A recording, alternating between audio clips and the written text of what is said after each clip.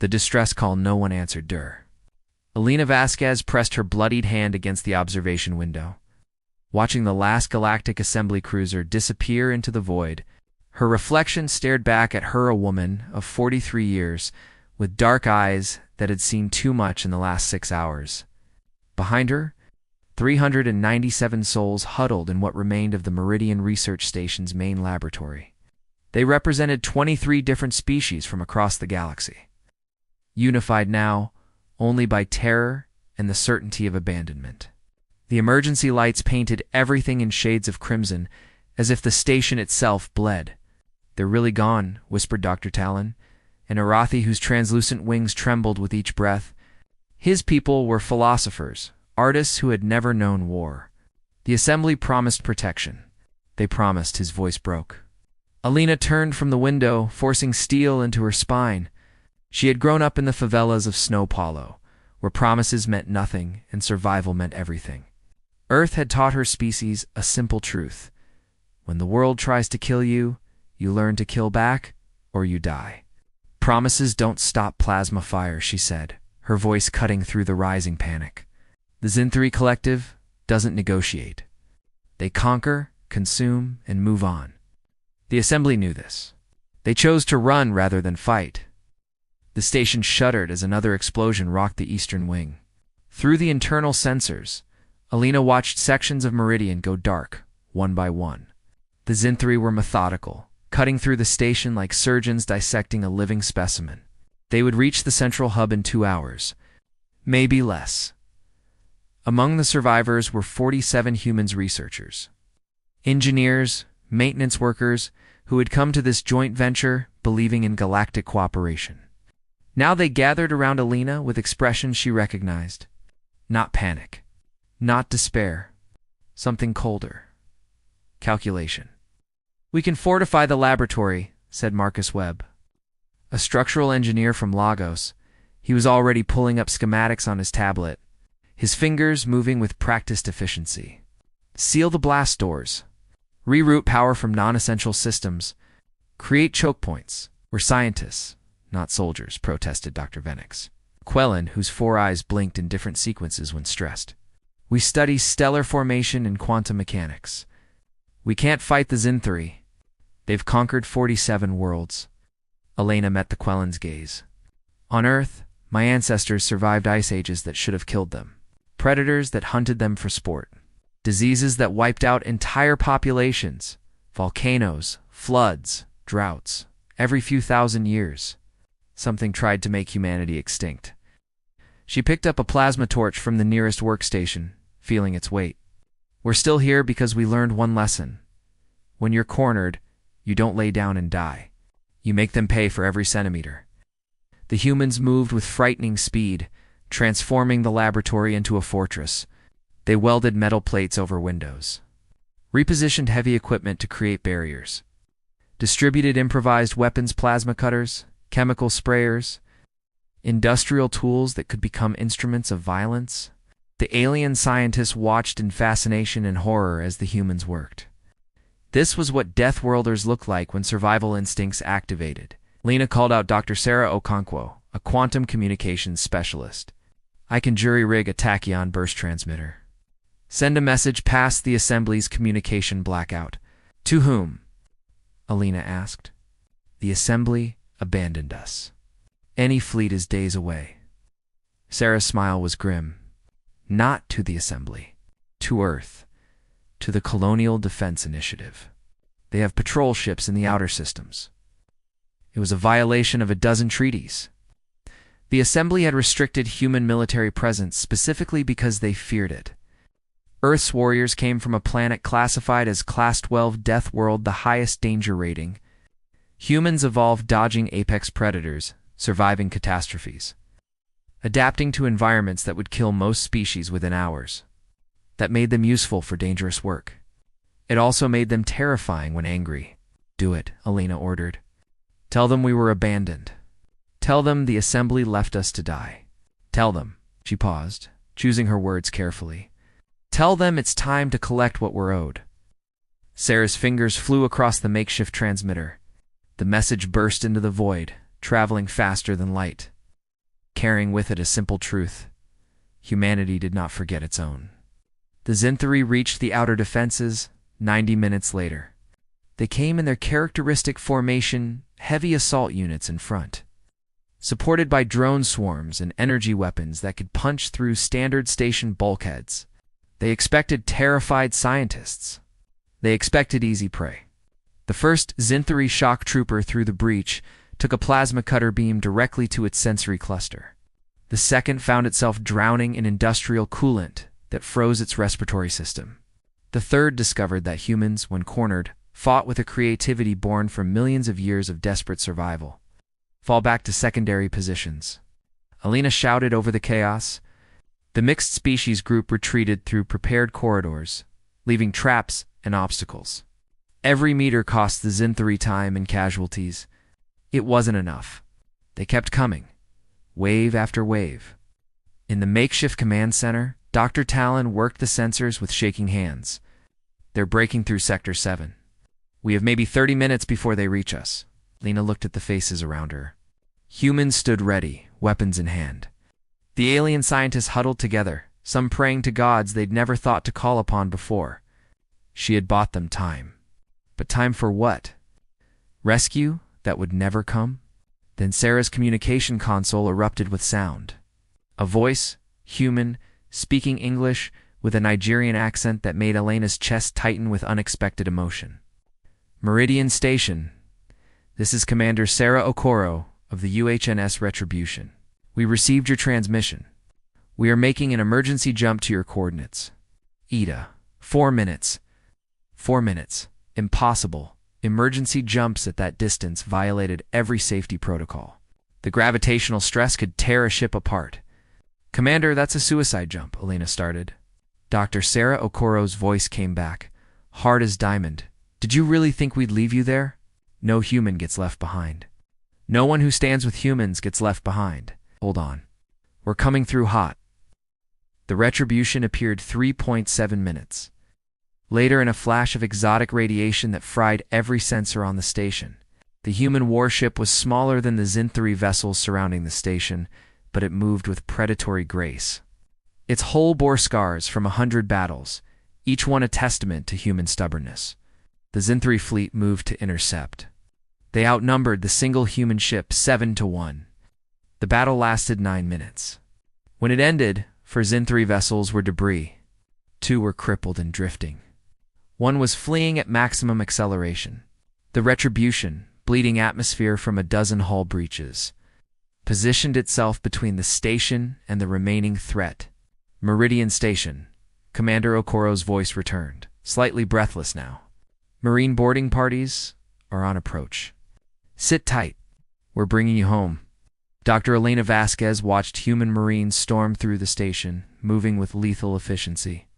They didn't just rescue the survivors. They hunted the Zinthri forces through every corridor, every junction, every dark corner. Sergeant Marcus Chen found Elena in the laboratory, surrounded by the mixed species group she'd kept alive. He was massive in his combat armor, scarred and deadly. But when he spoke, his voice was gentle. Dr. Vasquez, ma'am, we're here to evacuate you. The assembly left us, Elena said, her voice hollow with exhaustion and rage. They knew the Zinthri were coming.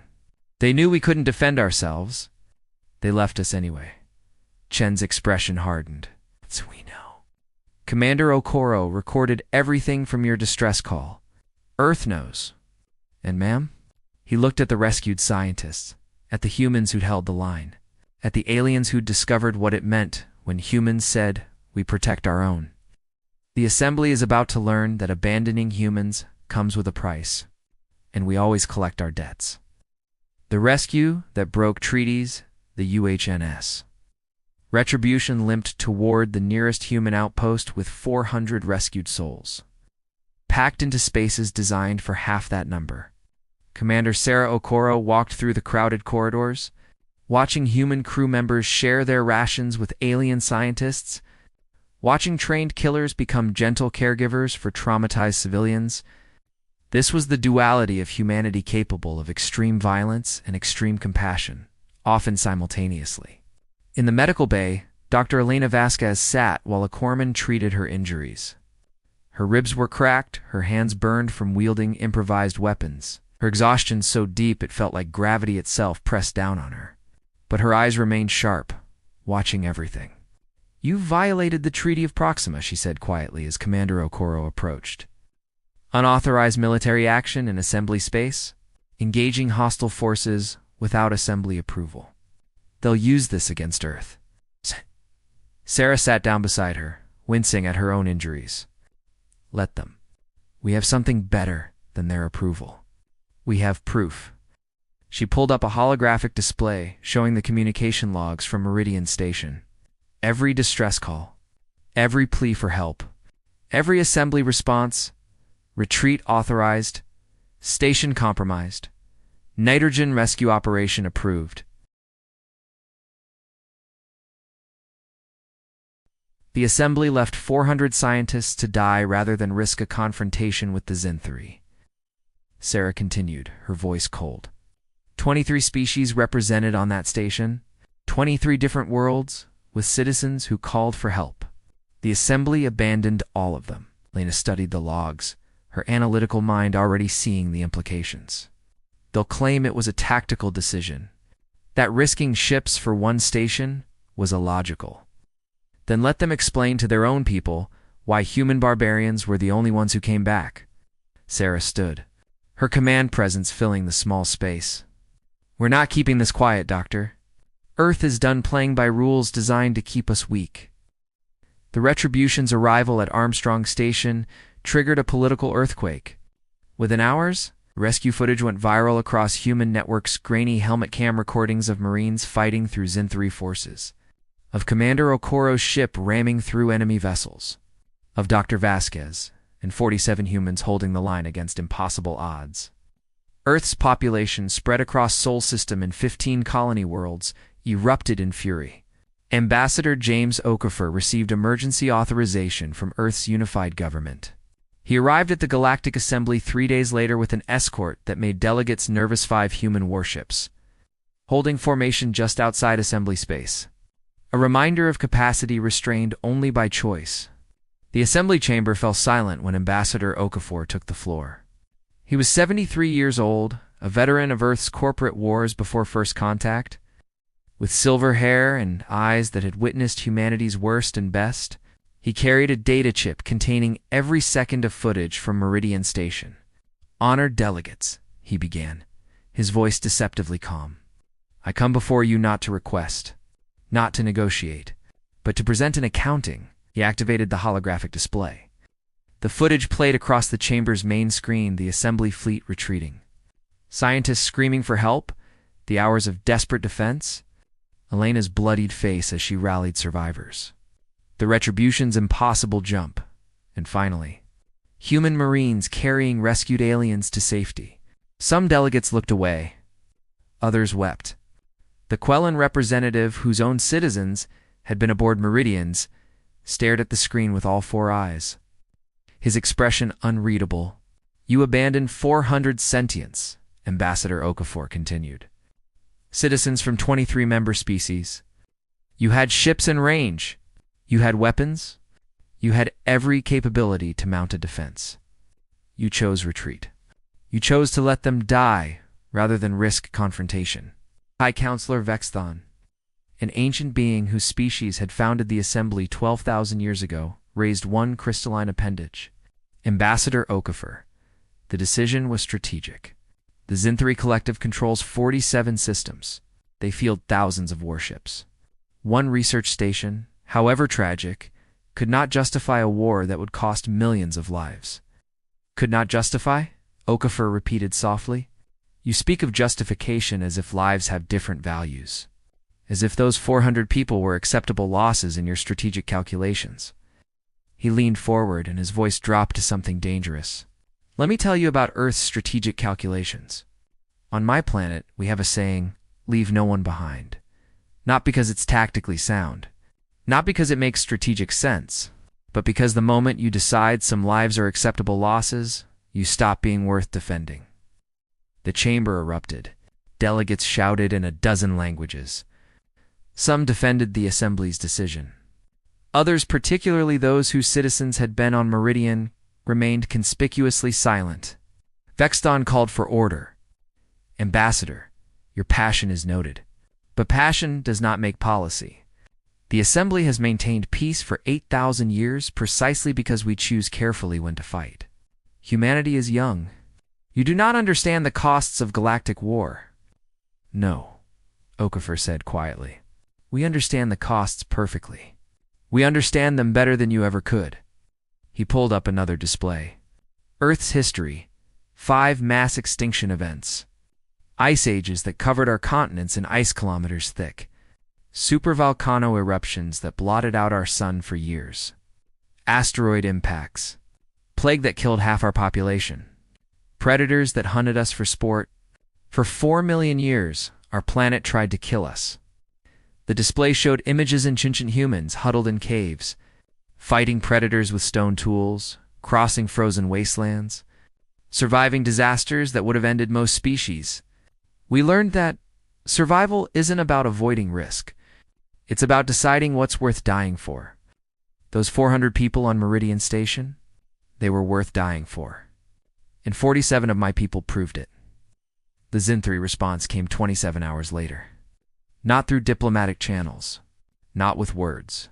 They struck 3 human colony worlds simultaneously. New Lagos, Armstrong's Hope, and Terra Nova, small colonies, lightly defended.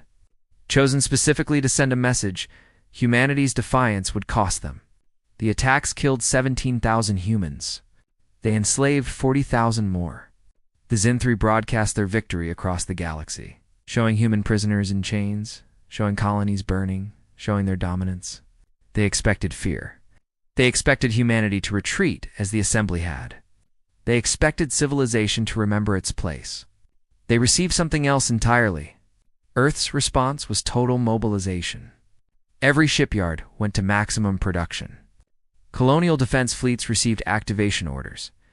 Reserve units mobilized across 15 worlds. And something the galaxy had never seen: human civilians volunteering for military service in numbers that overwhelmed recruitment centers. "Why?" asked Dr. Talon, watching the news feeds from Earth. He had remained with Elena, his earthy philosophy shaken by everything he'd witnessed. "Your species could negotiate. Trade the colonies for peace. Why choose war?" Elena looked at him with eyes that had watched humans transform from scientists into warriors. "Because they took our people. Because they think we'll calculate the costs like the Assembly does. Because they don't understand that humans don't run equations when family is threatened. We run toward the fire." Fleet Admiral Catherine Mbandi received command of the largest human military force ever assembled. 247 warships. 73,000 Marines. Support vessels. Logistics trains. Medical ships. And something unique to human warfare: psychological operations units, whose only job was to make the enemy regret starting the fight. She stood on the bridge of her flagship, the UHN's Unconquerable, studying tactical displays of Zinthri space. "They think they understand war," she said to her command staff. "They've conquered 47 systems. They've perfected invasion, occupation, exploitation. They're very good at it." She zoomed in on the 3 human colonies under Zinthri control. They don't understand human war. They're about to learn the difference between conquest and survival, between taking territory and protecting family. Her tactical officer, Commander David Chen, pulled up force estimates. Admiral Intelligence suggests the Zinthri can field 3,000 warships if they mobilize fully. "We're outnumbered 12 to 1, Catherine smiled, but there was no humor in it. "Commander, Earth has been outnumbered since we first climbed down from the trees. Outnumbered by predators. Outnumbered by the planet itself. Outnumbered by every disaster that tried to make us extinct. We're still here. The predators aren't." She activated fleet-wide communications. Every human ship received her message simultaneously. "This is Admiral Mbandi. The Zinthri took our colonies because they thought we'd calculate costs like the Assembly. They thought we'd trade lives for peace. They thought wrong. We're going to show them what happens when you threaten human worlds. We're going to show the galaxy what Deathworlders do when we stop being polite. And we're going to collect a debt paid in blood." Ambassador Okafor returned to the assembly chamber one final time before the human fleet departed. The delegates had heard about Earth's mobilization. Some were horrified. Others were quietly hopeful. Many were simply terrified of what humanity unleashed might become. Ambassador High Counselor Vexathon said carefully, "We understand your people's anger. But surely the time for negotiation ended when the Zinthri enslaved 40,000 humans." Okafor interrupted. "The assembly had 8,000 years to establish consequences for conquest. You chose appeasement. You chose retreat. You chose calculated abandonment." He looked around the chamber at delegates who represented thousands of worlds, billions of beings, a civilization older than human writing. "My people are going to war, not because we want to, but because you left us no choice. You taught the galaxy that aggression has no consequences. We're going to teach a different lesson." "What lesson?" Vexen asked quietly. "That there are still species who fight for more than territory. That there are still warriors who protect more than interests. That there are still people in this galaxy who remember that civilization means something." Kafir turned to leave, then paused. "And one more thing, Counselor. When this is over, when human ships have bled to protect principles you abandoned, we will remember who stood with us and who stood aside. We will remember who stood with us and who stood aside. The Assembly owes humanity a debt now, a debt of honor, of failed protection, of broken promises. How will you collect this debt?" Vexton asked. Okafor's smile was cold.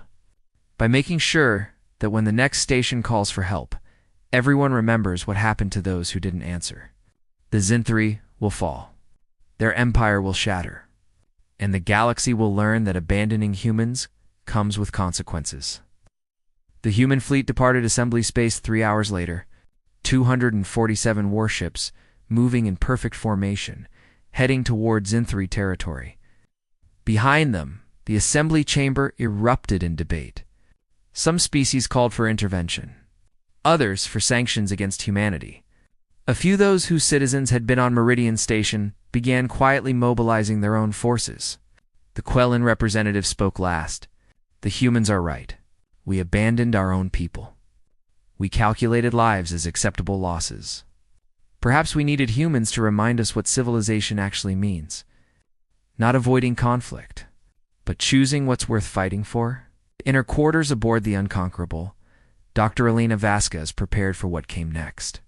She had volunteered as a tactical consultant, her knowledge of Zinthri biology and psychology too valuable to waste. She stared at her hands, healed now, but still carrying the memory of wielding plasma torches against armored warriors. "We're really doing this," she whispered. "Going to war against an empire."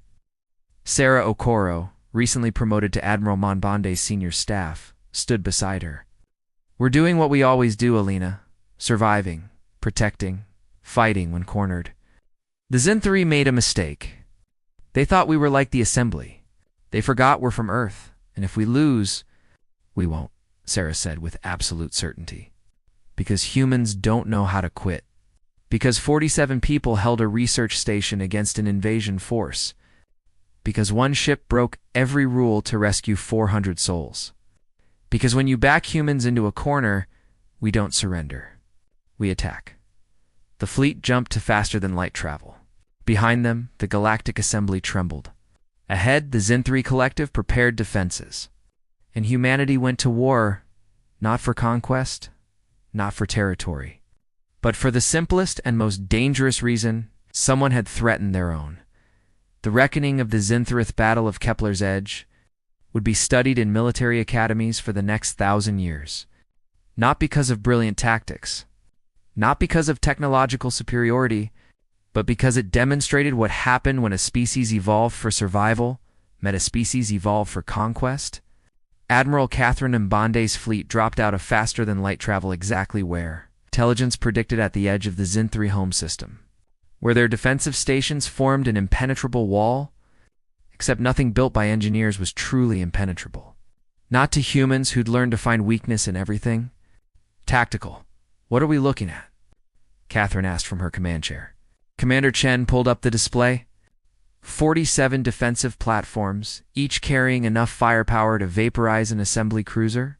Supporting fleet of 300 warships. They've had 3 weeks to prepare, Good Catherine said calmly.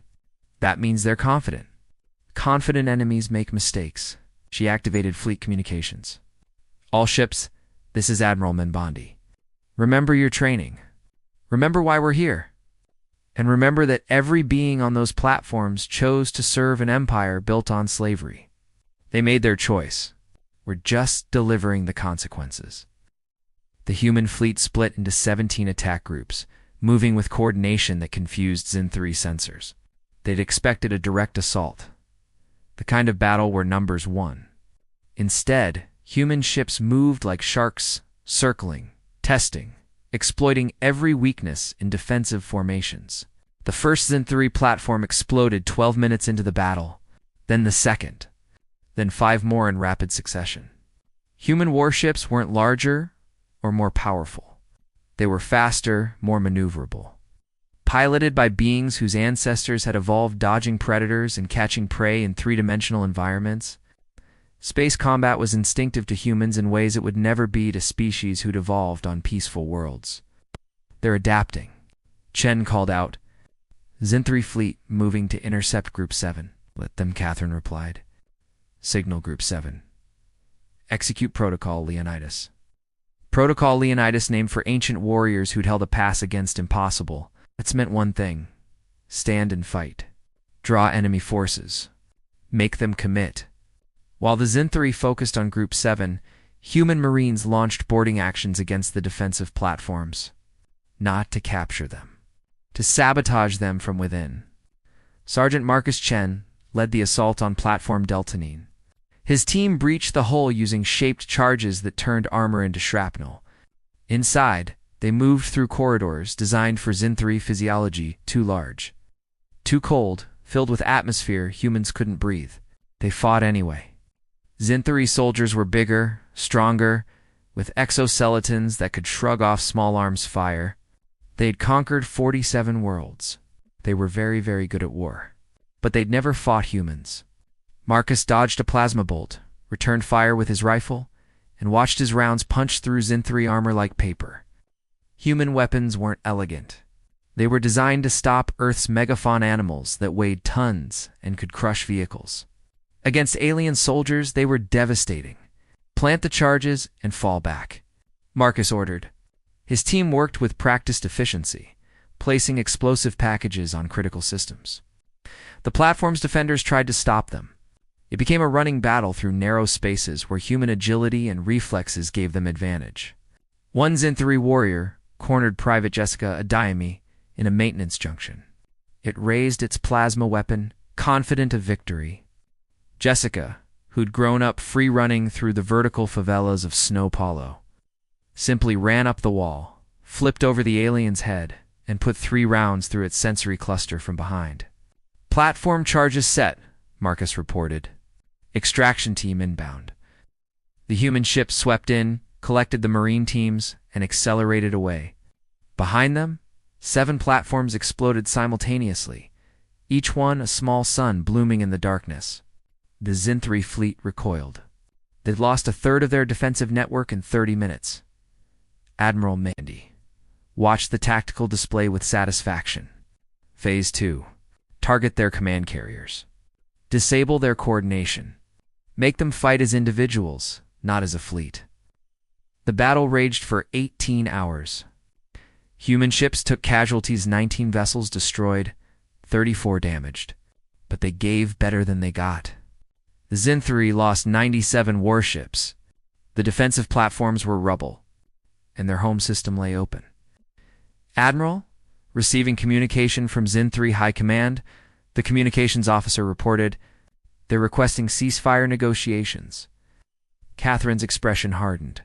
Tell them we'll negotiate after we visit their colony worlds. After we see our people they enslaved.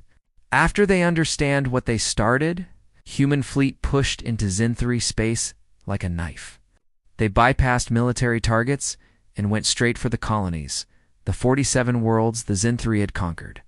Where enslaved populations worked in mines and factories, where occupation forces maintained control through fear. At each world, Admiral Mbandi transmitted the same message to the occupiers: leave now or face human justice. To the enslaved, help is here. Freedom is coming. The Zinthri military faced an impossible choice: defend their conquests or protect their core worlds. They chose their core worlds. That was their mistake. Human forces liberated the conquered worlds one by one, not with overwhelming force, but with precise strikes that disabled Zinthri control centers, freed prisoners, and armed local resistance movements. Species that had suffered under Zinthri rule for decades suddenly found themselves with weapons, training, and most importantly, allies who actually fought. Dr. Alina Vasquez accompanied the liberation forces as a consultant. On a world the Zinthri called Production Site, 47, its original name, lost to occupation. She walked through freed slave camps with Admiral Okoro. They kept them in cages, Alina said quietly, her voice shaking with rage. Beings from species who'd never known violence, artists, philosophers, children. They worked them until they died, then brought in more. Sir Okoro's jaw clenched. This is why we fight. Not for territory, not for resources. Because this, she gestured at the camps, at the freed prisoners crying with relief, at the bodies of those who hadn't survived. This is what happens when conquest has no consequences. They found the 3 human colonies on the 18th day of the campaign. New Lagos, Armstrong's Hope, Terra Nova. The Zinthri had used them as examples, treating human prisoners with deliberate cruelty meant to break Earth's will. Instead, they created something else entirely. When human marines stormed the prison camps, the freed colonists didn't cry with relief. They asked for weapons. Please, said Maria Santos, who'd been a teacher on Terra Nova before the invasion. Let us fight. Let us help free the others. Admiral Mbandi made a decision that would define the war. She armed the freed humans.